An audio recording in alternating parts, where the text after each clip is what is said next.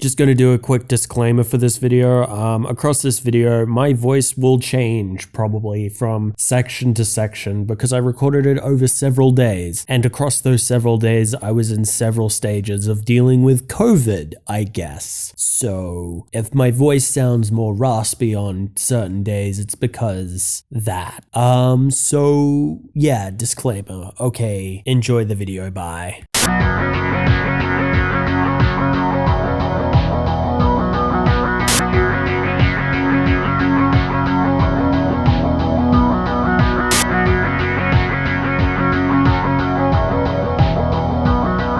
Well fellas, we've made it to the end of another year, and I gotta say it's been a crazy successful one too. For me anyway. My channel's growing really nicely, and I'm beyond thankful to everyone who's watched my videos and left nice comments. I have to tell you, those make my day. I know that sounds cheesy, but it's the truth. By the way, hit that like and subscribe button. Thanks, love you. So with the end of another year comes another yearly retrospective where I go over everything I've watched this year and break it down / rank it or whatever. Due to the volume of things I've watched this year, this will be a 3-part series. New movies I watched, new TV shows I watched, and old stuff I only just caught up on. It'll be fun. Hello, Michael from the future here. As I was looking at the movies I wanted to talk about in this possible part 3, I realized that video would be over an hour long. I know nobody's going to watch an hour-long video by me, and I don't feel like editing an hour-long video, so I'm just not gonna do that. So this is just gonna be a 2-part series. So let's move on to part 1. This video will proceed in order of what I consider it to be worst to best, so let's begin with... Hey, remember when I reviewed this movie when it came out and I said that I liked it? Well, I lied. No, just kidding, I didn't lie. But what I'm rapidly beginning to call the MCU effect began to settle in my mind, and before you know it, I have cooled on this movie drastically. What is the MCU effect? Well, since about 2018, starting with Ant-Man and the Wasp, it has become a frequent occurrence for me to sit in an MCU movie in the theaters, have a good time with it, but find myself liking it less and less the longer I sit with it. This isn't the first time I've semi-retracted a statement on how I feel about an MCU movie either. In my 2019 retrospective, I remember walking back some reviews on Captain Marvel and Endgame, and such as it is with Black Widow. When I think back over this movie, the thing that sticks out most to me is disappointment. Sure, this movie gives us the absolutely brilliant character that is Yelena, whom I love and would say I would protect with my life, if not for the fact that she needs no protection from anyone. Her chemistry with Natasha is pretty excellent too, and there are a lot of great thematic threads and allegories through the movie to do with human and sex trafficking too. But the issue is memeable characters and good things do not alone a movie make. The actual final product was pretty underwhelming. To begin with, I think the themes and allegories I mentioned above are somewhat declawed by the PG-13 rating. It's clear that the writers and director Kate Shortland wanted to make a movie about some very serious topics, but the problem is they also had to make a movie that could be marketed to kids. The result is that the themes feel very surface level and not always particularly convincing in terms of execution. The main offender is Dreykov. I feel like he should have been way slimy, creepier, more sinister, leaving you squirming in the seat every time he was on screen, but instead he felt kind of cartoonish despite the writer's best efforts. I'm not sure if that came down to the bloke's performance or the screenplay, but either way I didn't feel myself convinced by him, even though one of his things is having a pheromone blocker that stops his Black Widows from hurting him. That was objectively some seriously fucked up shit and very scary on paper, but his performance, I don't know, I'm not sure what happened there. But what this movie most represents to me is best summed up by the end credits scene. At the end of the day, this film is simply a reminder of how much the MCU screwed Natasha's character. The fact that she only got a solo film 2 years after her death makes it feel less like an action film starring a beloved character and more like a footnote. In terms of the greater MCU connectivity, it might as well be a footnote too. More than anything, I wish she'd gotten a film a few years earlier, one that felt more integrated into MCU canon and did the justice to her character that she deserved. But instead, this movie's what we got, and it was just disappointing. I have a half-an-hour video on this movie already, so I'll try and keep this one brief. As I feel will always be the case when I discuss this movie, I will preempt some inevitable comments by saying that yes, it is a good thing that this cut of the movie exists. Directors should always have their vision of the movie realized, but that doesn't mean it's exempt from criticism. The major thing working against this movie is of course its 4-hour runtime. If you looked up self-indulgent in the dictionary, you would just find a poster for this movie. It strikes me that there's no reason for this movie to be 4 hours long. I am convinced that if you cut a couple of scenes in the first couple of acts and sped up all the goddamn slow motion, you would have a 3 to 3.5 hour long movie that would be way easier to consume. But instead we have this. So what do I think of it? Well, the thing is, I still don't hate it. It'll never find its way onto my favorite superhero movies list, but it does a number of things right. Barry Allen and Victor Stone are likable characters. There are a few shots that are pretty cool. The time reverse run at the end is pretty fucking metal. But as for the rest of it, I genuinely don't understand how this is seen as some sort of revolution in superhero movie making, because under all the slow motion and pretentiousness, it really is the same shit as every other superhero movie. Aliens are gonna take over the world, the superheroes have to stop them. And let me be clear, being the same shit as other superhero movies is not inherently a terrible thing. If the movie had embraced its silliness a little bit more and lightened the fuck up, this wouldn't annoy me so much. But it takes itself so seriously that it becomes a bit of a drag, which is a common issue I have with the Snyder movies. Like, never in my life did I want to see a Superman movie that took itself as seriously as Man of Steel did. Also, outside of the handful of aforementioned nice shots, this movie is ugly as fuck, especially the visual effects. Those are absolute pants.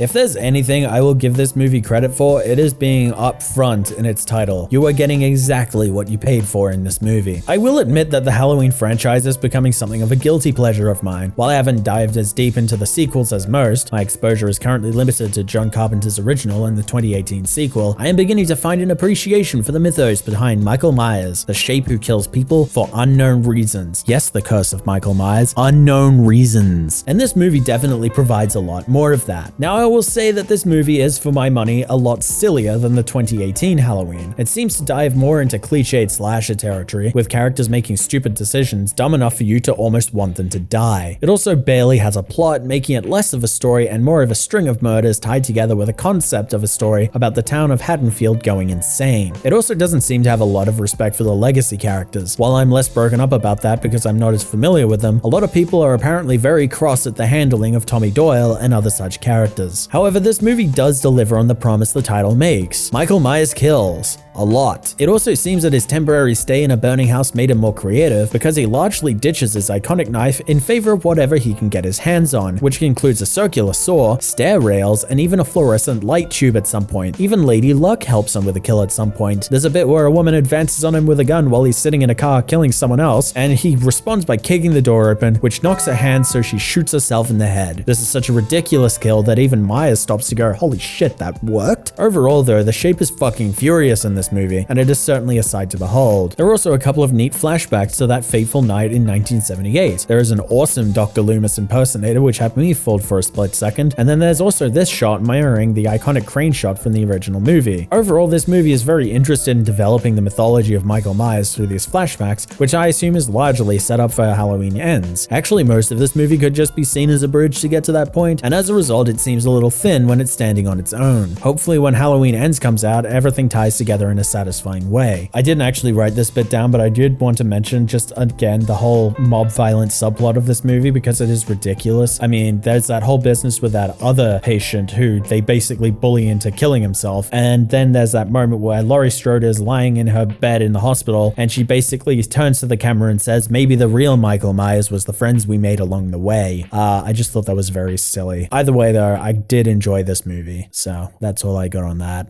Here we go again. Twin Peaks: The Return, yes, I promise this is going somewhere, is a fascinating continuation of David Lynch and Mark Frost's hit series in the way that it spends a lot of its runtime giving its middle finger to the idea of revival television. Beloved characters are largely sidelined, the force of evil that is Bob is punched out of the show by a man wearing a magic garden glove we met 2 episodes previously, and the finale ends on an even more aggravating cliffhanger than the one the show originally ended on in 1991. It was a fantastic commentary on revival television and made it plain that to give closure to the iconic series would be to ruin its mystique. The Matrix Resurrections appears to be cut from the same cloth. The Wachowskis' reluctance to come back to the series after the end of Revolutions has been a matter of public record, and during the press for Jupiter Ascending, they explicitly said that to do it would be a repelling idea in the age of sequels and revivals. So it stands to reason that any Matrix revival would be made in the spirit of bucking the expectations of a nostalgic return to a beloved universe, and that is what this movie does. Much of the setup for Neo's return to the fight against the Matrix is spent extent making fun of the idea of doing a sequel for a cash grab. You see, when Neo was reintegrated, he became a programmer who turned his dream memories of his life into a trilogy of video games called The Matrix. And now his company's parent, Warner Brothers, is forcing his company to make a fourth Matrix game with or without Neo. What follows this revelation is a montage of executives brainstorming utterly valueless ideas for this fourth Matrix game as Neo slowly loses his shit. Lana Wachowski may as well have stepped onto the camera and told Warner Brothers to go fuck themselves. And much like Twin Peaks: The Return, this movie spends a lot of time playing with how beloved characters return. Morpheus isn't back, but a computer construct of him accidentally brought to life within Neo's Matrix video games takes on the same role. Agent Smith is back, somehow, but he's no longer Hugo Weaving, just a smarmy CEO type. And of course, Neil Patrick Harris's Black Cat is literally named Deja Vu. And the opening sequence is a hilarious jab at sequels that just do the same shit as the movie that it's following up, with the new characters of the movie watching a digitized rendition of the opening of the first Matrix movie and fangirling over it. It is hilarious. Now, does this make it a good movie? I genuinely don't know yet, but it's certainly a bold step for the franchise and it merits reward for doing that. If I see it again, I might be able to better tell you how much I like it, but for now, I will say I was impressed.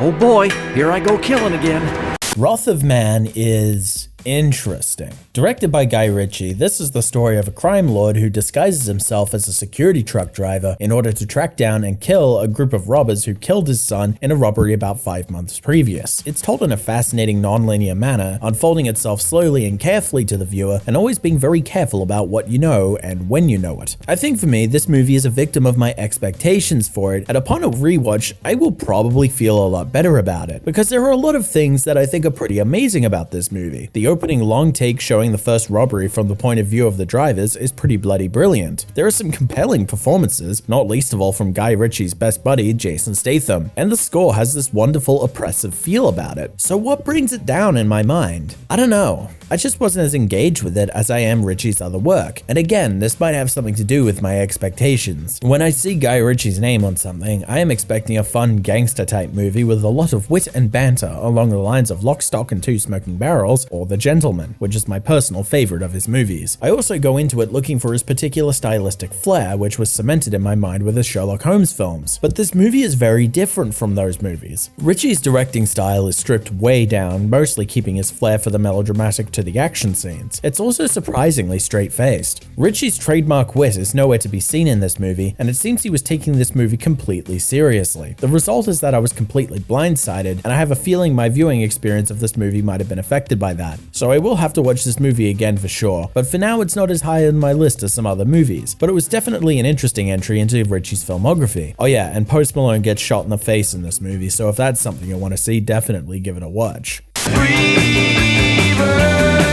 The thing about Free Guy is a lot of the time it seems to think that it's a lot cleverer than it actually is. There are several scenes where Steve Harrington waxes lyrical about whether artificial intelligence deserves rights, and it always feels awkward given that these scenes are sandwiched between moments of Ryan Reynolds getting into wacky hijinks and silly nonsense. Sure, these scenes can help with establishing the stakes, but I feel like the viewers would have gotten on board with the please don't delete Guy premise even without discussions about what it truly means to be alive that would have sent HAL 9000 on another killing spree. So they always just felt odd. Beyond that though, this movie is substanceless fun, and that's not a bad thing by any margin. I watched this one with one of my mates this summer and we both had a great time. Ryan Reynolds is uncharacteristically funny in this movie. There are jokes aplenty that got chuckles out of me, and there was an extra level of humor to me in seeing people like Pokimane, Jacksepticeye, and Laserbeam on the big screen. There was also an unexpectedly sweet little bow in the shape of the love story between Steve Harrington and what's-her-name. Guy being a love letter to her, literally pretty much, is not only cute, but also something that seems pretty in line with programmers. I'm sorry if that's slanderous, but if programmers are anything like physics students like myself, then you are all lonely, lol. All in all, I do like this movie quite a bit. It's The Afterlife because the 2016 movie killed the franchise, am I right, boys? I'm an adult virgin. Ghostbusters Afterlife was a movie I was pretty on the fence about going to watch. I love the original 1984 film, and the idea of a sequel to that movie has always been pretty iffy to me. I don't remember being overly fond of the 1989 Ghostbusters 2, and I have no real interest in pursuing that 2016 film either. So when Afterlife was announced, I was pretty cautious about it, but a friend of mine who also likes Ghostbusters saw it and was absolutely psyched by it, so I bought myself a ticket and went to see it. And you know what? It's pretty solid. Now, there are a couple of things getting in its way of being a perfect sequel. First of all, it does fall into the general sequel trap of doing the same thing that the original did that movies like The Force Awakens do. Yep, Gozer is back, and she still wants to destroy the world. She still has the Keymaster and the Gatekeeper, and Mr. Stay Puft is back. We're playing all the hits. And yet, despite that, the movie does have a certain charm and heart, which is in part due to the performances. To say I was impressed with McKenna Grace's Phoebe is something of an understatement. From word go, I was absolutely convinced that she was a mini Egon. She played it absolutely perfectly. This movie's charm also comes down to the reverence this movie pays to the original. With Harold Ramis's passing, his ghost was bound to hang over any continuation of the story of the original Ghostbusters, so it was a wise move to center the story of the movie around his absence. Phoebe communicating to her grandfather made for a really sweet through line for the film, allowing Egon to take part in the adventure without having to physically appear. Well, for the most part. Whether the ghost Egon at the end is touching or cheap is really down to personal interpretation. This movie is also an unabashed nostalgia trip, but honestly it's one that works for me. Is it blatant and shameless fan service to have Ecto-1 once again screaming down the streets, her iconic sirens blaring? Yes, of course it is. Is it what we paid for when we bought the ticket? Also yes. Ultimately, my suspicion is that this movie will be exactly what you believed it would be when you saw the trailers. If you saw it as another chance to immerse yourself in the world of a movie you love, then that's what it will be. If you see it as a shameless cash grab, that's what you're gonna get out of it. I know I got what I expected, a harmless but fun tribute to the original movie. Right, I'll do you for that. I was going to do a lo-fi quick review for this movie, but I read my notes back for it and realized it was mostly me just whinging about the MCU color grading practices, so I ended up dropping it. So now I have to try and sum up my impressions of this movie from memory. Good on me for that one. Here's the thing about Shang-Chi. I like a lot of what goes on in this movie. There are some really good characters throughout, such as the incredibly relatable Katie, or Shang-Chi's sister, Jia Ling. Jia Ling?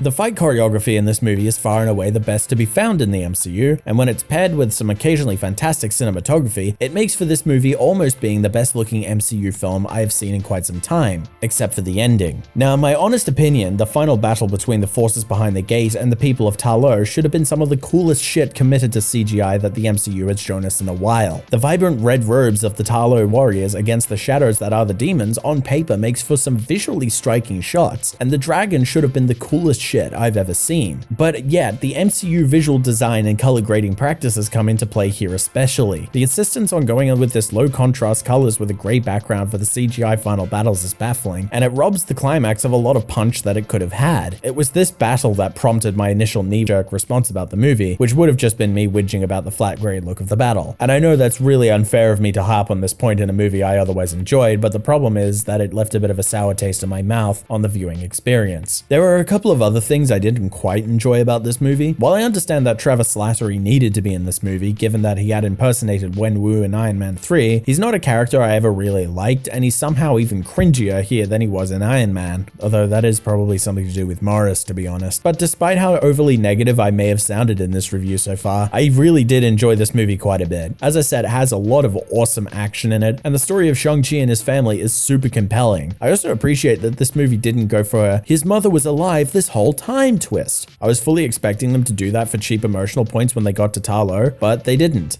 And I liked that. But hey, also that fight on the bus. Holy shit, that was cool.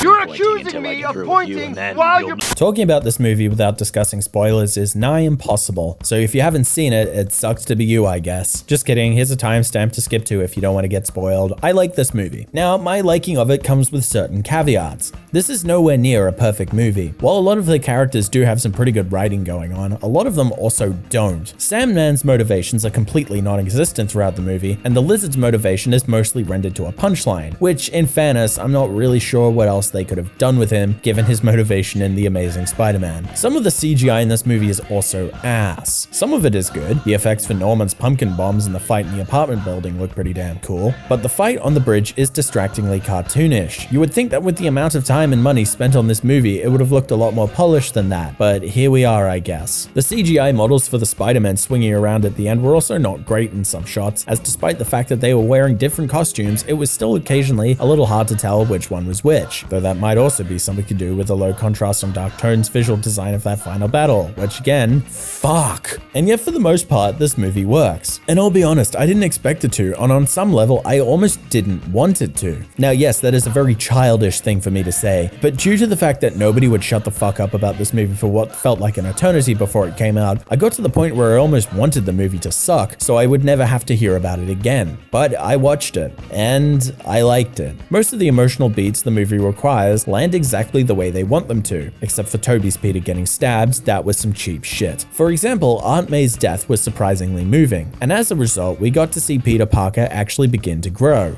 My biggest irritation with the MCU Spider-Man has been the off-cited Iron Man Jr. problem, so seeing this movie erase that issue and bring him back down to square one was really refreshing. It also thematically makes sense to isolate Peter from the people he loves and cares about, as this movie, more than any other MCU Spider-Man movie before it, has cemented the troubles of him living a double life. Gotta say though, while I wanted him to fix his shit with MJ, Peter making the decision that she and Ned are better off without him was also a surprisingly moving moment. Oh yeah, and the other two Peter Parkers were in it. That was pretty cool. The most I learned from that though was that Andrew Garfield can act circles around the other two, and had he been given a decent fucking script in the Amazing Spider-Man series, he could have been the definitive Peter Parker. Oh well, I guess. So yeah, this movie's pretty solid. I liked it. On a side note for my Talking Heads fans, the fact that they played Zimbra at the beginning of the movie was unironically the thing that hyped me up the most about this movie. I was sitting dancing in my seat as Peter was swinging around in a panic, and in the background was Talking Heads. That was such a great moment. I'm going to die! Yeah, well, that title was a fucking lie. I'm not as huge on James Bond as a lot of people are, but after I took a couple of weeks to watch as many of them as I could, and I will be honest, I didn't watch Quantum of Solace or Spectre and couldn't even make it halfway through Die Another Day, I gained an appreciation for these movies and have been invested in the franchise ever since. There wasn't a lot that I was truly psyched about for this year, but No Time to Die was certainly one of those movies. So when it came out, you bet your ass I went to see it the moment it was a financial option for me. And I have to say, I really enjoyed the hell out of this movie. Now, is it perfect? I can't say that it is, no. For all the great performance Rami Malek puts into his portrayal of Safin, he really is a cookie-cutter James Bond villain who wants to take over the world or kill a bunch of people or whatever. And this is a shame because Malek makes Safin truly menacing, and it would have been really awesome to watch him do that for a more complex and interesting character. Some people have also criticized the 2-hour 43-minute long runtime, and I can kind of see why. Some scenes could have probably done with a little bit of trimming, but I do think the time is used well enough. I think the most striking thing about this movie is how seriously it takes itself as being the last Daniel Craig James Bond film. Most final Bond films of an actor up until this point, well actually all of them, have just been another James Bond movie with nothing much really separating it from the rest. Except for Die Another Day, but the thing that separates it from the rest is the fact that it's bad. But a lot has changed since then, and for such movies like this, it's expected that the final film like this be something that looks over the era and pays everything off. It's a bit like the difference between classic and modern Doctor Who in that respect in terms of their regeneration episodes, but that's a completely different topic, so we won't talk about it much here. And if there's anything this movie does well, it's pay homage to Daniel Craig's tenure as James Bond. Every plot line that we've seen following his movies has been paid off, and the result is a monumental movie that is doing everything it can to respect Craig's contribution to the Bond mythos. Now granted, some of this is Spectre damage control, but for the most part it works really well. This movie also leans into the classic Bond tropes a lot more than previous Daniel Craig movies did. We have unlikely gadgets, like the bionic eyes used by Blofeld to communicate with Spectre, and Primo, a riff on the evil henchman who is improbably strong and also has a bionic eye. There are some awesome references to Dr. No, both in the set design of Safin's lair and in the opening credits sequence. It's obvious that the writers and director Cary Joe Fukunga love James Bond dearly. There are also some awesome new side characters. If ever there was a film starring Lashana Lynch's Nomi or Ana de Armas's Paloma, catch me at the front of the line buying a ticket, because they are awesome. This is also the most immaculately shot James Bond movie I've ever seen. Now, if you told me before I went in to see this that a James Bond movie could ever top Skyfall in terms of visual splendor, I would have shaken my head. But damn it, this movie does. Linus Sandgren's cinematography is absolutely top notch, and I imagine it looked even cooler in IMAX, which I did not get to see. There is also this great long shot towards the end of Bond ascending a tower fighting falls, and it is some dope shit. And yeah, James Bond dies at the end of this movie. And the thing is, it works. I was initially shocked, but the more I thought about it, the more I realized this was the only way this movie could have ended without it being cheap. And it may become cheapened by how the series continues, but I imagine the next time we see James Bond, it'll just be another actor simply playing the role with no reference to the continuity of the Craig era at all, as if it was another universe or something. Overall, this is a very strong James Bond movie indeed, and is definitely worth the watch. Have you ever read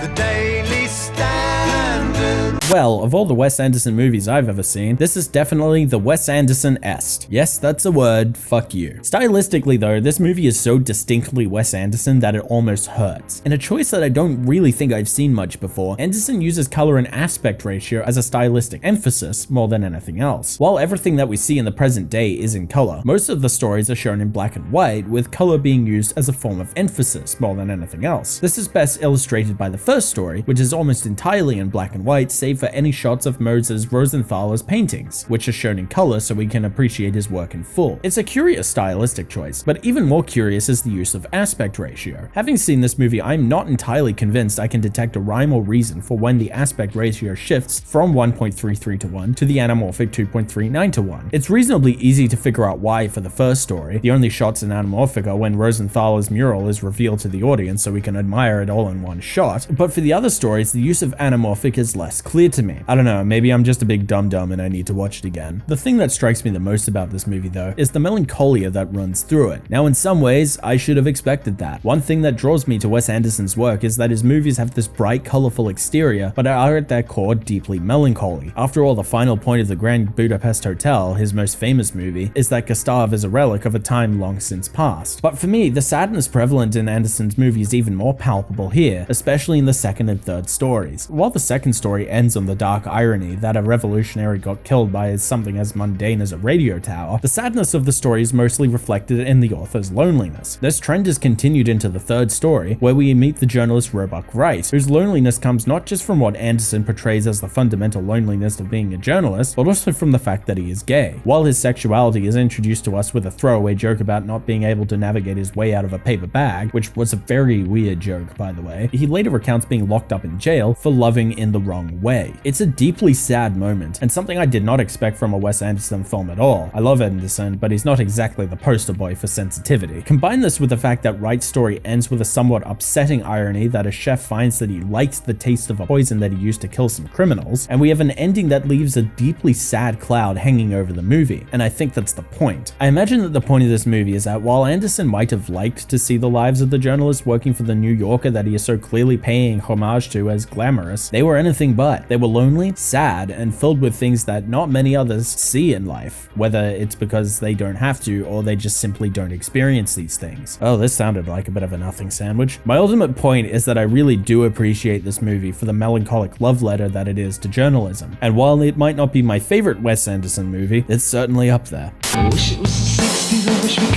When it was announced what feels like forever ago now that Edgar Wright would be making a horror film starring Anya Taylor-Joy and Matt Smith, you better believe my hype was switched on like a fucking light switch. I love Edgar Wright's Cornetto trilogy with a passion. I love Doctor Who, so seeing any Doctor get work outside of that show is always a plus. And I love Anya Taylor-Joy too, so seeing her in anything is always a plus. So when this movie came out, I bought tickets for it as close to opening night as I could get and went to a late night showing, and I loved it. The first adjustment I had to make in my head for how I engaged with it was on expectations level. As the movie progressed, it became clear that Edgar Wright was riffing less on contemporary horror and more on horror films from the 70s, somewhere between the cheesiness of the mainstream horror of the time and the color-soaked nightmares of Suspiria. But even with those comparisons in mind, it's hard for me to compare this to any one movie I've ever seen, because it is weird. Like, for the most part, it's this fantastic nightmare horror film where the lines between nightmare and reality begin to blur and fade, but then you have the bit where Eloise is tripping balls and hallucinating as Sandy climbs the stairs to kill her, which is a scene that did break my immersion a little bit, but in such a way as to unsettle me more than anything else, so go Edgar Wright. But for the most part though, the scares in this movie are super effective. Watching Eloise lose herself to the infectious personality of Sandy and then slowly lose her mind to the ghost screaming for help is gripping filmmaking, and the presence of Terrence Stamp at the edge of the reality makes it all the more unsettling, even if he did turn out to be a massive red herring. By the way, the twist that Terrence Stamp was an old Matt Smith was a pretty exciting one. The trailers for the movie movie had me believing that he was, and that this movie was yet another victim of being spoiled by the trailers, but then they pull the rug out from you, and yeah, that was a bit of a shock. The other surprise of this movie was its themes on the exploitation of women in the entertainment industry. Now, I will admit that this topic is not handled with much grace on Edgar Wright's part. I'm not sure there's a look he's trying his best category for such a thing, but all the same, the message is delivered right alongside the main point of the movie, that these times that you wish you could go back to, the times that look so glamorous and wonderful, are anything but. They are dark and filled with horrible things that they would love for you to forget about. But this movie is absolutely top class. Anya Taylor-Joy's performance as Sandy is enchanting, as I expected, but also with a touch of femme fatale. Matt Smith and Terrence Stamp are both fantastically scary in their respective roles. While I expected nothing less from the latter, it's great to see the former sink his teeth into darker roles after playing the Doctor for 3 seasons. And Thomasin McKenzie was just endlessly charming and wonderful in the role of Eloise. I'm really looking forward to seeing her in more stuff. She's also cute as a button, not gonna lie. So yeah, this movie definitely lives up to my expectations. I can't wait to watch it again. Oh no!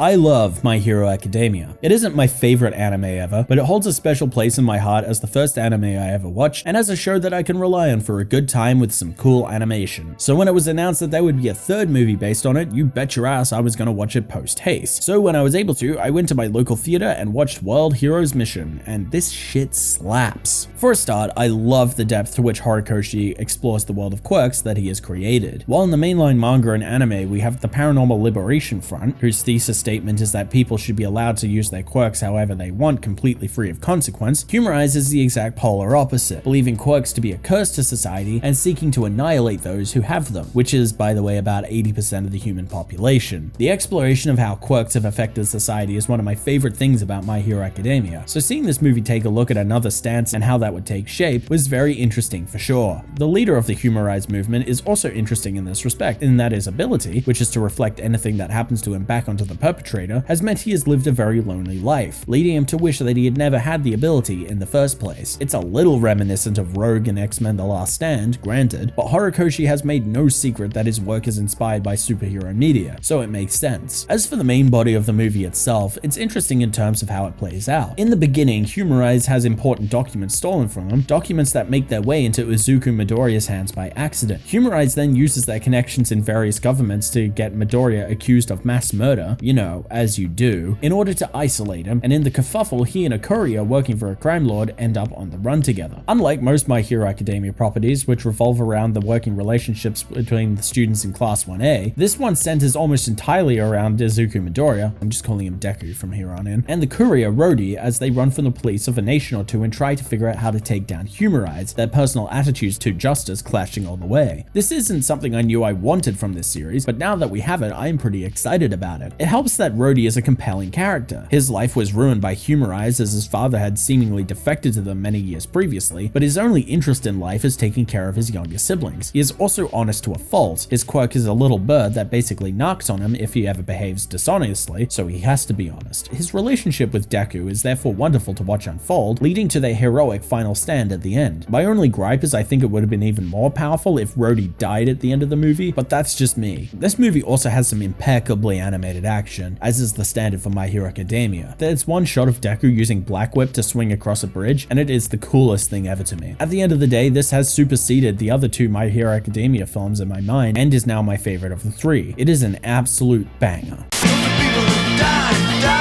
This is another one I already have a quick review for, but I've wanted to talk about this movie again anyway. In fact, I have intentions to do a full-length review for it at some point. However, here I'll try to keep it brief so as to not repeat myself too much. Of all the superhero movies or TV shows I've seen this year, this one is the one that gives me the most hope for superhero media, because this movie is genuinely pretty great. See what happens when you let a director just do what they want with the movie? The thing that I love the most about this movie is how obvious it is that James Gunn loves comic books. Like, the entire movie looks like the comic books that were being published around when I was a kid, from the stylized title cards that look like splash pages at the beginning of a comic issue, to the bright saturated colors, to the way the incredible violence is shot. See guys, you can make a superhero movie that's bright and colorful. Imagine that. It also moves super quickly for the most part, which makes it a really exciting watch. I mean, some of it drags on rewatch. Holy shit, the Harley Quinn fucks the evil dictator of Corto Maltese subplot goes on for too long. But other than that, it's super easy to watch over and over again. Shit, I kind of want to watch it again now. But flashy directing does not alone a superhero movie make. We need compelling characters, and this movie is absolutely full of them. The B team we follow through most of the film have some of the best chemistry I've seen in a superhero team movie in quite some time. It's not like in other movies where the characters say they're a family after about 90 minutes of fucking around and being antagonistic to each other, like another superhero film set in the DCEU I could mention at this moment. No, when these characters become friends at the end of the movie, it feels earned. We've watched them make connections, from Cleo and Nanaue bonding over the fact that they're both lonely fucks, to Cleo and Dubois bonding over the fact that they both have childhood trauma. They feel like normal people, and that's the best thing about this movie. It just makes it so much easier to barrack for them when you feel like you know them. Are you listening? The DCU in general. I also like the political commentary woven into this movie. It's not something I expected in my superhero blockbuster, but the themes of American intervention are fantastically dealt with. I think my favorite thing about it was using Rick Flag as the lens that we looked at the issue through. The moment where the Thinker tells him to unclutch his fucking pearls works so well because we're all horrified by what we're seeing, but then we're hit with the dark, horrible truth. The US does this shit all the time, and the Suicide Squad is just another one of their weapons. However, it is not a perfect movie. As I said earlier, I'm not huge on the whole Harley Quinn and Silvio section of this movie. It honestly feels like James Gunn finished the screenplay, realized he hadn't given Harley much to do, and then wrote another draft to better work her in, and while he was at it, kill some more birds. What's up with the bird thing anyway? Did James get swooped a lot by magpies as a kid or something? However, besides that and a couple of jokes that don't really land, I love this movie a lot. Favorite superhero anything released this year by a considerable distance. On the planet Arrakis. Of all the movies on this list, my relationship with this one is the most complicated, because I love it, I really do, and its place as second on my list is undisputable, but it also comes with the biggest asterisks ever next to it. I'm going to start with positives, because my first instinct is to be nice to this movie. Visually, it is far and away absolutely top of the pile for anything we've gotten this year in effects-heavy films. So many movies this year have had effects that have left me unimpressed, but this movie is not one of them. Everything in the world that Denis Villeneuve brought to life feels absolutely real and tangible. The movie also has a sense of scope and grandeur that will absolutely take your breath away. My biggest regret is not watching this movie in IMAX, because this is a movie that is begging to be seen on the biggest screen you can find. The score for this movie is also immaculate. It's clear that Hans Zimmer is a massive fan of Dune, because everything that he wrote for this movie perfectly represents the factions at play in the story, from the quiet whispering choir of the Bene Gesserit to the impassive throat singing that represents the Sardaukar, to the House Atreides' final battle cry set to bagpipes. Yeah, I'll admit that choice took a second to grow on me, but now I fucking love it. So how does it work as an adaptation of the Frank Herbert novel? Well, warning, as of writing this, I have not actually finished reading the book. I am up to a little further than when the movie leaves off, which is hilarious because I started reading the book before I watched the movie. I'm just really slow. In terms of casting, this movie could not be more perfect. While a part of me is skeptical about Timothée Chalamet as Paul Atreides, he embodies him perfectly with the aloof nature that he has in the book, but still being able to capture everything else. His freak out in the tent when he has a vision of the holy war that'll be waged in his name was exceptionally done. However, the one who blew me away the most was Rebecca Ferguson. They could not have found a more perfect Jessica in anybody else. I'm not even sure I can find words to describe why. She just is Jessica. It's incredible. And I could continue to go down the list of characters and say the same for everyone else, but we'd be here forever. I will add that I think David Dastmalchian could have done better as Peter de Vries. Peter in the books is much more of an impish shitstirrer character, and I know that Dastmalchian is very much capable of such a performance, so it's a shame that what we got was as restrained as it was, but oh well. However, where the movie suffers the most is in story. Now, if you've never read the book before, you're unlikely to notice, as for the most part, this movie does tell the story of the fall of House Atreides with an exceptional efficiency. While initially I would have liked it to move a little slower, by my second watch, I was in love with how the story was told. There are several really awesome little foreshadowing moments with Muad'Dib, and a lot of the scenes are told in super compelling ways, like Paul's fight with Gurney in the Gom Jabbar, but I still felt like one or two things were missing, such as a couple of scenes setting up Dr. Yue's betrayal and the famous banquet scene. The latter I can live without. I mean, I'd love it in the book, but if they'd filmed a lot of it, that's about a 15-minute scene, and that would have played havoc with the pacing of this movie. But then I found out that the scenes that I think were missing were filmed and could have been in the movie. So why weren't they, Denis? Villeneuve insists that his mission was to keep this movie at the 2-hour 30 2020 mark. But without these scenes, the movie does feel like it's missing something. It's like my relationship with Dr. Sleep when I saw that in theaters. I liked it a lot, but still felt like it was missing something. And yeah, I know that Denis insists that there is no extended cut of this movie, but like, come on, Denis, for us, just as a treat, please. Looks like I might need to do a separate Dune video at some point. Point is, I do love this movie, but I do still have a lot of notes. And now, the movie that I loved most from this year is, of course, it's Demon Slayer, which is a surprise to me. Going into this year, I totally expected that Dune would be top of the top for me this year, but no, it was Demon Slayer. And you know what? I'm pretty happy about that. As I mentioned in my quick review for this movie, I'm fairly new to Demon Slayer. I only picked it up this year or in the back end of 2020. I don't really remember which one now because time is meaningless. But either way, this movie being the first one I saw when going back to the movies habitually became an option again was the best decision I made because seeing this on the big screen was a treat. So what is it that sets this movie ahead of everything else I've watched that came out this year? Yes, I know that technically this came out in 2020, but only got released up here in 2021. To tell the truth, I'm not sure. Perhaps it's the absolutely flawless animation of the incredible fight scenes. Perhaps it's the melancholy reflection of what brought Tanjiro Kamado to demon slaying, as shown through his heartbreaking dream. Perhaps it's just how truly frightening I found Enmu and his ability to lock people in dreams as he slowly kills them. I'm not really sure. But one thing I do know for sure is that in terms of cinema experiences I've had in 2021, this was far and away my favorite. While I understand that for most people that award would go to Spider-Man No Way Home, and I totally respect that choice too, for me this took the cake. Seeing those immaculate fight scenes up on that big screen, with the music and the sounds surrounding me as Tanjiro and Inosuke destroyed Enmu, or Rengoku held Akaza back long enough for the sun to rise at the cost of his own life. It was a level of immersion in the film that I hadn't had in almost a year since I'd seen Tenet, and being reminded of how that immersion felt reminded me just how much I love cinemas, and just how much I love film in general. It also helped that the movie itself was an exceptional story about never giving up, no matter how bleak it might be, and the effect that our memories and dreams will have on us. Now that I say that all out loud, maybe that's why it is my favorite film of the year. Yeah, so that's part one of this retrospective. Bloody good job I decided to split this up too, judging by the length of this video. Okay, see you next time for TVO Watch this year, I guess. Goodbye.